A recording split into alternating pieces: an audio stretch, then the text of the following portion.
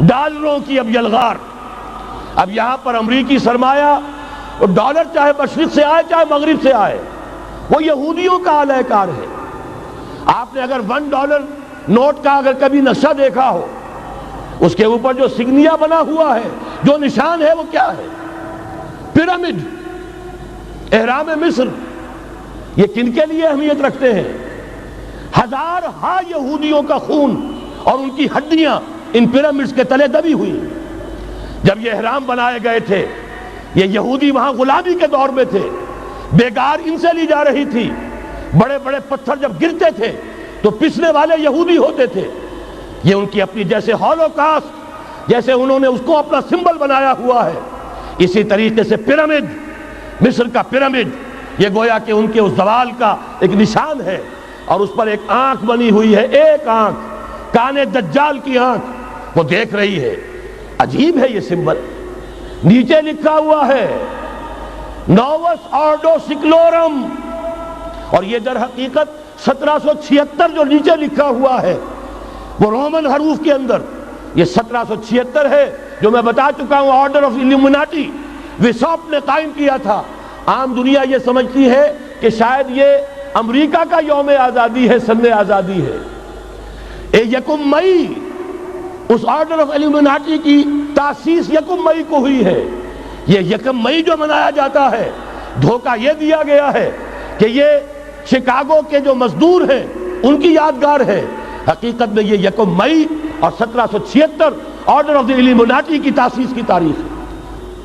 Dollar میرے اس دیش کو ناپاک نہ کرنا. اور میں تو انہیں داد دیتا ہوں، جو کچھ انہوں نے، شاعر کہتے ہیں اس کو جو صاحب شعور ہے، اس صاحب شعور نے جو مشاہدہ کیا ہے کہ ڈالر آئے گا تو کیا آئے گا ہمارے ہاں. میری تو فکر کے اندر رچ بس گیا ہے. پاکستان کے بارے میں جب کہا تھا اے آندھیو سنبھل کے چلو اس دیار میں، امید کے چراغ جلائے ہوئے ہیں ہم. ہماری امیدوں کے چراغ ہے یہ. اسلام کا گہوارہ بننے والی ملک ہے یہ. اس کو ہم نے قائم کیا تھا اسلام کے لیے.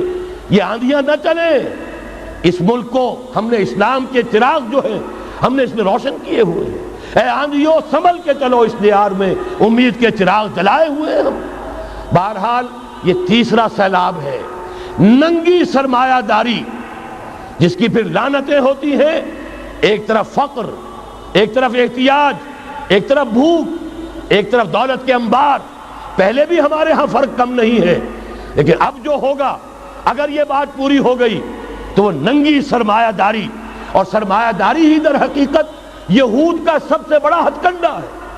یہ بینکنگ کا نظام، یہ سارا کا سارا سودی نظام، یہ IMF، یہ ورلڈ بینک، یہی تو ان کے سب سے بڑے ادارے ہیں.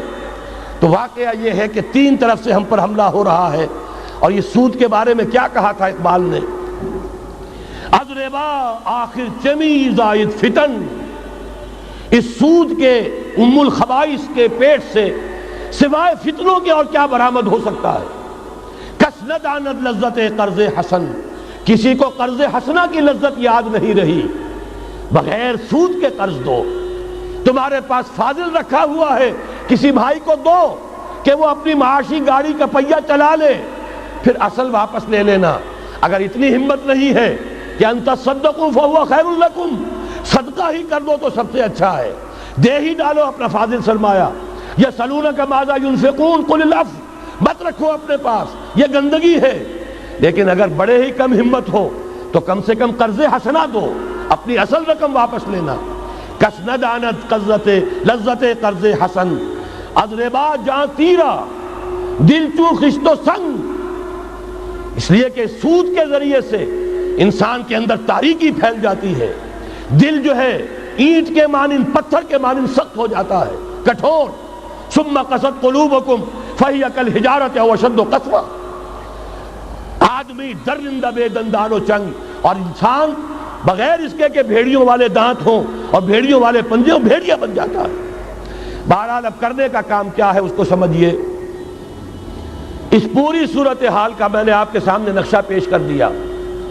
ایک طرف مغرب سے نیو ورلڈ آرڈر، جو جیو ورلڈ آرڈر ہے، اس وقت کی سپریم پاور آن ارتھ، امریکہ کی سرپرستی میں بڑی تیزی کے ساتھ حملہ آور ہے.